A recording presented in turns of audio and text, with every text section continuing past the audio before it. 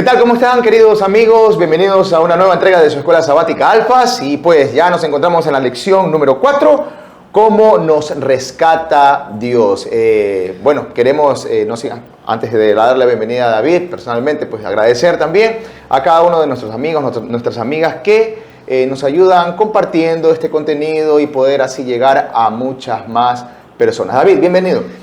¿Qué tal, Leo? Gracias a Dios por estar aquí, gracias a todos los amigos que nos siguen a través de las redes sociales, gracias a la plataforma de los Alfas porque nos permiten impartir la palabra de Dios. Comencemos con unas palabras de oración. Adelante, Leonel. Muy bien, vamos a orar. Gracias, Señor, por el privilegio que nos das de poder compartir tu palabra, Señor, a nuestros amigos que se conectan, que nos ven en las diferentes plataformas digitales. Quédate con nosotros y acompáñanos, oramos en el nombre de Jesús.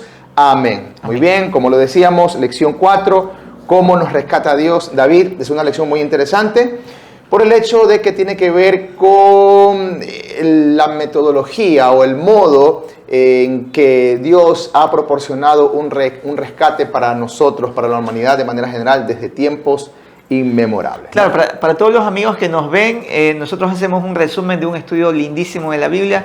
Créeme, Leo, que este estudio que está centrado en Efesios 2, del 1 al 10, para mí es maravilloso. De hecho, del 8 al 10 son los versículos que a mí tal vez son unos de mis preferidos, porque indica claramente cuál es el mecanismo, el proceso para ser salvos, ¿no? Comencemos con el texto clave que está en Efesios 2, 4 y 5. Muy bien, dice Efesios 2, 4 y 5, pero Dios, que es rico en misericordia, por su gran amor con que nos amó, aun cuando estábamos muertos en pecados, nos dio vida junto con Cristo. Por gracia ustedes han sido salvados. Han sido salvados.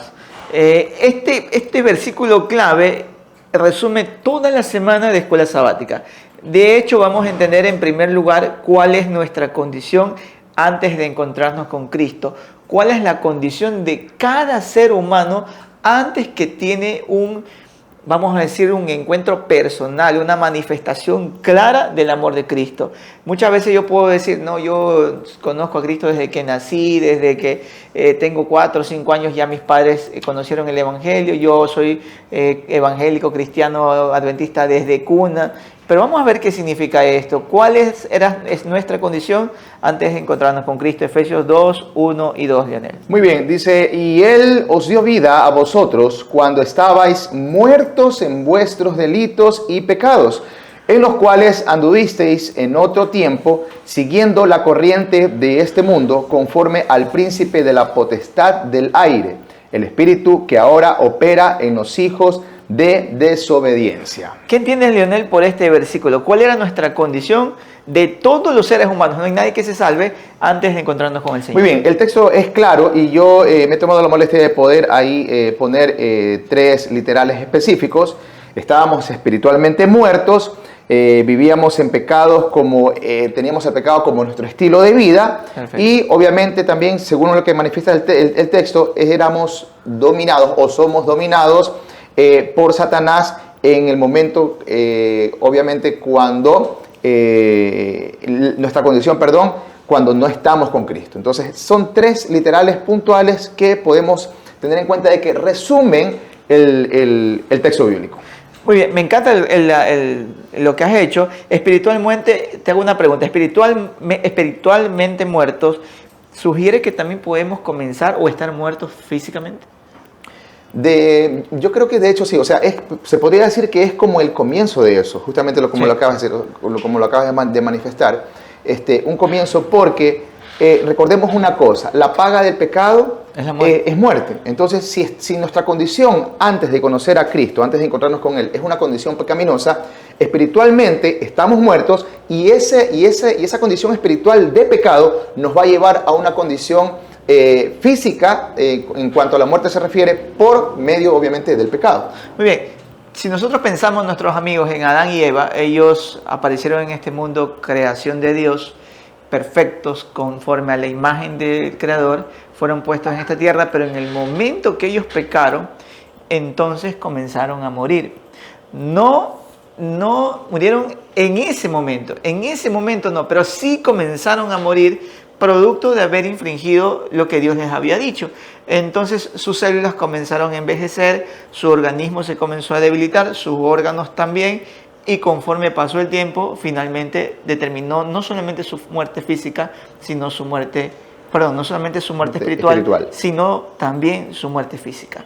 Me encanta que en el original dice el texto que también se puede, con respecto a los pecados y delitos, decir, estabais muertos, dice el texto, estabais muertos en vuestros delitos y pecados. Pero también se puede traducir como estabais muertos por vuestros delitos y vuestros pecados. O sea que la relación que yo tenga con mi mal, la segunda parte que tú dices, con mi estilo de vida, con tendencia al pecado, es clave para que yo muera. Por ejemplo, si yo tengo una tendencia desordenada de mi alimentación, voy a morir antes de lo que Dios quería que esto pase en mí. Yo creo que Dios nunca quiso nuestra muerte, pero voy a acelerar si voy a beber alcohol todos los días y exageradamente, o de hecho beber algo que no debo hacerlo, voy a caer en la muerte de una enfermedad terminal pronto. Entonces hay que tener claro que nosotros, antes de encontrarnos con Cristo, estábamos destinados a la muerte inexorable, no solamente la espiritual, sino cada día más aceleramos más nuestra muerte física. Sí, y antes de terminar esta parte, David, me gustaría mucho hacer hincapié en la parte donde Pablo dice en el versículo de Efesios 2:2, dice, en las cuales anduviste en otro tiempo siguiendo la corriente de este mundo. O sea, ¿cuál es el punto de la corriente de este mundo? Pues, de Efesios 2:2, son las costumbres y comportamientos de la sociedad en general. Bueno, eso es lo que resaltaba el folleto, me pareció interesante poder resaltarlo, porque justamente eso, nuestro estilo de vida, en cualquier ámbito y a cualquier persona, obviamente, pues, tiene que ver con las costumbres y comportamientos de la sociedad. Obviamente, hoy en día estamos viviendo momentos en cuanto a nuestra sociedad, pues, un tanto complejos, desde todo ámbito, ¿no? No quisiera hacer énfasis en cosas puntuales porque de pronto se puede causar algún tipo de polémica, pero bueno, las costumbres que hoy en día tiene el mundo, David, pues nos lleva justamente a ese punto, a tener un estilo de vida que va en contraposición a lo que Dios quiere que nosotros vivamos en cuanto a su voluntad. Ahora yo te voy a hacer una pregunta difícil a nuestros amigos también, si pueden escríbanos ahí su comentario. La gente que nació en el Evangelio, que nació en una iglesia cristiana y que toda la vida ha estado apegado a una iglesia cristiana, no le va este versículo. Ellos tampoco estuvieron muertos en sus delitos y en sus pecados, ¿o para ellos no escribió Pablo? No, pues Pablo escribe obviamente para todos, porque recordemos que no tiene nada que ver con el hecho de que de pronto seas cristiano, independientemente de la religión, ¿no? Que seas un cristiano de cuna, como nosotros solemos decir. Porque en realidad la condición del hombre desde que nace tiene que ver con su condición pecaminosa. Sí, es claro lo que tú dices. No solamente la gente que tiene costumbres, un estilo de vida, vamos a decir, mundano, farra, beber alcohol y todo eso, necesita encontrarse con Cristo. No, el mismo muchacho que nació, creció y está dentro de la iglesia también estuvo muerto en sus delitos y pecados, solamente que de diferente forma. Por eso es que nadie estamos exentos de este problema. Todos necesitamos encontrarnos con Cristo, todos necesitamos un Salvador, todos necesitamos que nos extiendan la mano, por más que estemos dentro de la iglesia, de que seamos pequeñitos o que no hayamos estado, o que hayamos estado como en mi caso y nos hayamos apartado de Dios y ahí sí nos hayamos hecho pedazos de nuestras vidas. Necesitamos encontrarnos con el verdadero Cristo para poder decir, Pablo también escribe para mí. De hecho, después veremos que Pablo escribe para él también, porque Pablo, aunque fue fariseo toda la vida, él también estuvo envuelto en sus delitos y sus pecados. Continuemos, Leo. Muy bien. La siguiente parte tiene que ver con la pregunta, ¿cuál es la trampa de dejarnos guiar por nuestros deseos? Efesios 2:3 dice, entre los cuales también todos nosotros vivimos en otro tiempo en los deseos de nuestra carne, haciendo la voluntad de la carne y de los pensamientos, y éramos por naturaleza hijos de ira, lo mismo que los demás. Pablo está diciendo, este era el versículo que te comentaba, entre los cuales todos nosotros, dice, yo también, vivimos en otro tiempo en los deseos de nuestra carne. Y es interesante porque nuestra naturaleza, mis amigos, siempre tiene esa tendencia a seguir los deseos de la carne. Nosotros tomamos decisiones en base a nuestros sentimientos. La Biblia dice otra parte que engañoso es el corazón. Jeremías. Y perverso, ¿no? ¿Quién lo conocerá? Estoy parafraseando, tal vez tú lo sabes más correctamente que yo.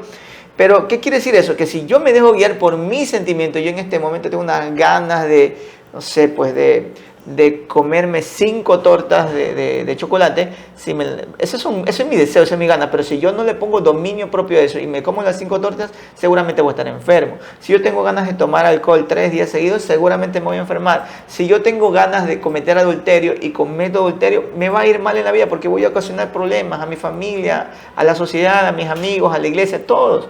Entonces, dejarnos guiar por nuestros sentimientos muchas veces no es lo más correcto. Así es. De hecho, pues hay que enfatizar el hecho de que cuando ponemos nosotros nuestras vidas, nuestros pensamientos, toda nuestra voluntad en manos de Dios, pues las cosas son totalmente diferentes para el cristiano o para cualquier persona que decida entregar su corazón a Cristo. Ahora, para tener un texto de respaldo, el folleto lo tenía ahí, David, Santiago 1, 14 y 15. Me tomé el atrevimiento de poder tomar este texto de la versión Nueva Traducción Viviente, porque me gustó mucho más esta traducción. Dice lo siguiente, prestemos atención. La tentación viene de nuestros propios deseos. En otra versión dice de nuestras concupiscencias. Bueno, entonces dice, la tentación viene de nuestros propios deseos, los cuales nos seducen y nos arrastran. Versículo 15, de esos deseos nacen los actos pecaminosos y el pecado, cuando se deja crecer, da a luz la muerte. Qué increíble. Está clarísimo. Esta versión me gustó mucho, por eso ¿Dónde comienza el pecado? En ti, en tus deseos, cerebro, en la cabeza, en los pensamientos. Deseos. Justamente la tentación viene de nuestros propios deseos, dicen aquí. Entonces comienzan a seducirnos y obviamente comienza a arrastrar. Se convierten en actos pecaminosos. Luego que esté el acto pecaminoso, entonces me encanta, da luz a la muerte. A la muerte. Increíble. Pero ahora, ¿la tentación es pecado? No, definitivamente no. Todos vamos a ser tentados. Jesús fue tentado y Jesús no pecó. No pecó. Entonces la tentación va a estar. Alguien decía, que no sé si me voy a equivocar, tal vez creo que lo dijo San Agustín, yo no puedo evitar que los pájaros vuelen sobre mi cabeza, pero sí puedo evitar que los pájaros hagan nido en mi cabeza. Entonces, y es indispensable, ideal, que me agarre de Dios, porque las tentaciones no van a parar. Yo siempre voy a estar expuesto a las tentaciones, pero mientras más cerca estoy de Jesucristo, Él con su poder, con su gracia, con su misericordia, me va a proteger y me va a evitar que caiga. Ahora, también puedo caer, porque no soy infalible. Y si caigo, pues puedo volver a Cristo. Esa es la buena noticia. Pablo dirá, Juan, el apóstol Juan dirá en sus cartas menores, dirá, si yo me equivoco, si yo fallo, pues tengo abogado en Cristo Jesús, que Él me puede ayudar. Así es, muy bien. Yo también puse un texto de respaldo con respecto a esto, para poder en este caso dejarnos guiar por Cristo mismo. Cuando entregamos nuestra vida al Señor, pues todo absolutamente todo cambia. Gálatas 2:20, un texto muy conocido, dice: con Cristo estoy justamente crucificado, ya no vivo yo, mas Cristo vive en mí. Bueno, dice algo más, pero quería hacer énfasis en ese texto porque justamente eso, David, cuando permitimos que Cristo more en nuestros corazones, pues el texto es claro, dice Gálatas 2:20, ya no vivo yo, sino que permito que Cristo sea el que actúe en mí, en todo lo que yo hago, ¿no? Muy bien, vamos a la siguiente parte. Dice, y si vivimos con Cristo, ¿podemos vencer? El texto está en 2 Timoteo 1:7.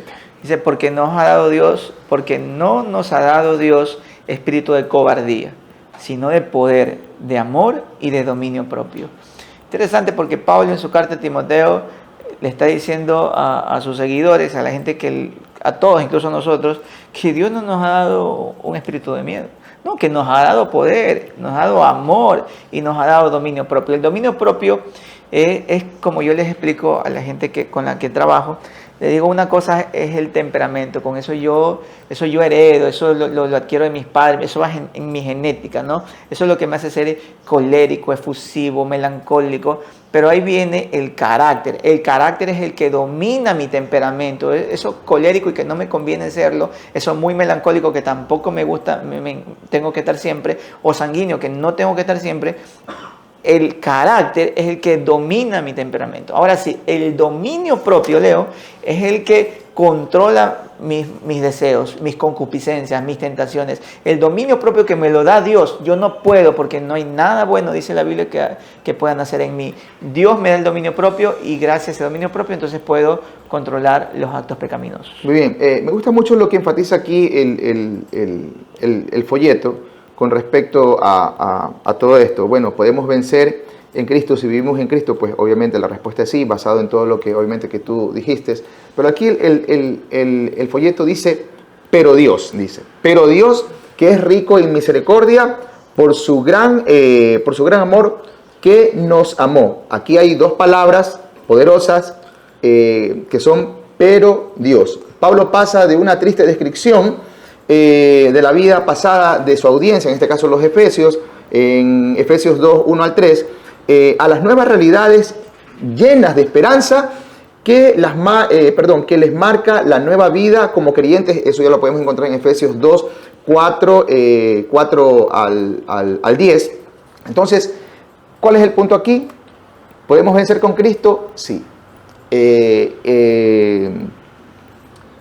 Y esta pauta con respecto a, dice, pero Dios que es rico en misericordia, nos ha dado a Cristo y nos ha permitido cambiar de un estilo de vida, nos ha hecho vencedores al cambiarnos de un estilo de vida llena de pecado a un estilo de vida que va de acuerdo a lo que Dios quiere que vivamos, a todo que va a la voluntad de Dios en este caso. Claro, nuestra vida es un desastre, pero Dios puede sacarnos ahí, puede cambiarla, puede transformar nuestras maldiciones en bendiciones, dice en otra parte de la Biblia. Entonces es ideal, hermanos, es un excelente negocio, amigos queridos, ir a Cristo. En Cristo, aunque yo antes hubiese sido un drogadicto, un adúltero, no importa la condición pasada, ladrón, algo, Dios puede sacarme de ahí y darme dominio propio por su misericordia, por su amor y hacerme todo lo contrario. Hay que ir a Dios.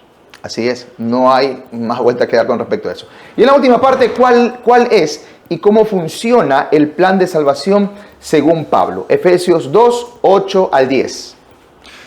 Debo decir, hermanos y amigos, que solo de esto yo puedo hacer un sermón. Es la parte más emocionante de la Biblia que a mí me gusta siempre hablar, porque da claramente el motivo por el cual yo soy salvo. Mira lo que dice, porque por gracia sois salvos por medio de la fe, y esto no de vosotros, pues es don de Dios. Aquí está diciendo, por gracia sois salvos. Si yo traduzco la palabra gracia, es regalo que no merezco. Correcto. O sea, no hay nada en mí que produzca mi salvación. No por obras, dice Pablo, por si acaso alguien se haya entendido mal el versículo 9 dice, no por obras, para que nadie se gloríe. Pablo está diciendo, hagas lo que hagas. En 1 Corintios 13 dirá después, si tú entregas tu cuerpo en sacrificio, igual no alcanza para tu salvación. No por obras, por una razón, para que nadie se jacte, para que nadie se gloríe. El versículo 10 es el resultado, dice, porque somos hechura suya, creados en Cristo Jesús para buenas obras, las cuales Dios preparó de antemano para que anduviésemos en ellas. El plan divino que funciona es gracias a la gracia y no a las obras. Impresionante, porque en la primera parte Pablo deja claro que la salvación, hermanos y amigos, especialmente de nuestras denominaciones, no hay nada en mí que me produzca salvación, no hay una obra que yo pueda hacer correctamente, ni siquiera el guardar la ley de Dios hace que yo sea salvo. No, la salvación solamente es por gracia, solamente es porque Dios me la regala, es que yo la tengo que aceptar, hacerla mía, y a partir de ahí entonces está encaminada nuestra santificación. La santificación significa el versículo 10, nosotros fuimos creados, Leonel, para hacer buenas obras, para demostrarle al mundo que servimos a un Dios vivo, que Él actúa en nosotros, que Él puede modificar nuestra vida. Pero si nosotros no logramos entender y queremos alcanzar la salvación por las cosas que hacemos, estamos perdidos. Así es. Bueno, y respondiendo a la pregunta, pues, ¿cuál es el plan de salvación y cómo funciona este plan? Bueno, este es el plan de salvación, es un plan divino, es un plan efectuado por Dios, que yo diría, David, que ese plan está lleno de amor y solamente de amor. Es el motivo principal. Exactamente, está lleno de amor, está impulsado por amor, en este caso el amor de Dios para cada uno de sus hijos. ¿Y cómo funciona el plan? Bueno, ya tú lo dijiste, pero me gustaría mucho enfatizarlo aquí. Por lo menos para mí, David, yo lo conceptualicé así, de esta manera. ¿Cómo funciona este plan? Funciona por gracia, perfecto, funciona por fe y obviamente no funciona por obras. Amén. No funciona por obras. De acuerdo. Entonces, Es un regalo que no merecemos. Una pregunta difícil, Leo, antes que concluyas. La gracia y la fe, ¿de dónde vienen? Son proporcionadas por Dios. Muy bien, son dones de Dios. Correcto. Entonces, nada hay mío, otra vez. La gracia y la fe, nada tiene que ver con lo que yo produzco. Todo es de Dios. Sí, Todo, gracias, así perdóname. es. Todo es de Dios. Ahora, obviamente, pues, la fe que Dios me proporciona me lleva a creer en Él. Me lleva a creer en ese acto maravilloso que Él hizo en la cruz del Calvario, y que a través de ese acto, obviamente, que tiene que ver con el plan de salvación, pues puedo yo acceder a su trono de gracia. La lección también enfatizaba eso, ¿no? Somos herederos de la salvación y de todo lo que Dios quiere proporcionar para cada uno de nosotros en nuestras vidas. Y recordemos que, como le enfatizaba David hace un momento, no podemos nosotros hacer absolutamente nada. No hay nada en nuestras manos que nos proporcione a nosotros la salvación. Todo es por obra y gracia de Cristo y todo lo que hizo Él por nosotros en la cruz del Calvario. Por eso es que el Evangelio son buenas noticias. Es inigualable, impresionante cómo Jesús nos ama. Yo hago una invitación especial a cada persona que nos ve. Mi hermano, mi amigo, usted está a una oración de alcanzar la salvación. Tiene que arrodillarse en su casa, orar profundamente, pedir que Jesús lo salve, comenzar a estudiar su palabra, aprender de la vida de Jesús. Recuerde que Efesios 1, 13 y 14 dirá que es por el oír, después creo y después Dios me sella. De ahí el Espíritu Santo lo guiará hacia alguna denominación. Nosotros creemos fielmente que aquí donde estamos aprendemos de Cristo, seguimos lo que Él dejó, así que por eso yo estoy feliz. Me encantaría que mucha gente conozca el Evangelio Adventista, sería lo máximo.